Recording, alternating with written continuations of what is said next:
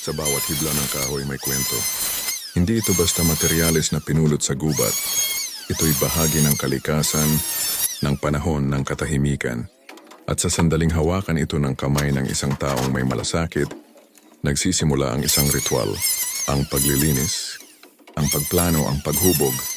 Isa-isang tinatanggal ang alikabok, ang lumot, ang mga bakas ng pagkaluma. Gamit ang planer, pinapatag ang ibabaw, hindi lang para maging makinis, kundi para maibalik ang dangal ng kahoy. Ang ganda ng natural nitong hibla. Ang bawat pasada ng planer ay parang paghilom, parang pag-alis ng mga sugat na hindi nakikita, mga lamat na dulot ng panahon. At habang unti-unting lumilitaw ang kinis, ang ganda yung karakter ng kahoy. Parang may bumabalik na alaala, mga sandaling tahimik, mga usapang malalim, mga tasa ng kape sa gitna ng ulan. Hindi lang ito paggawa ng mesa.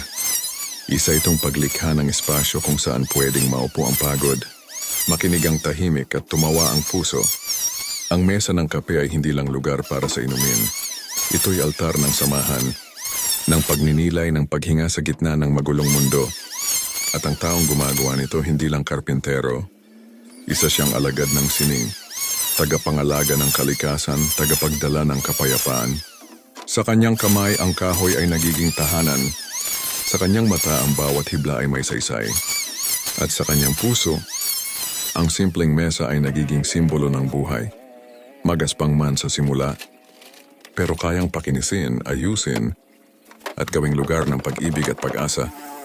Maraming salamat sa pakikinig. Yahoo!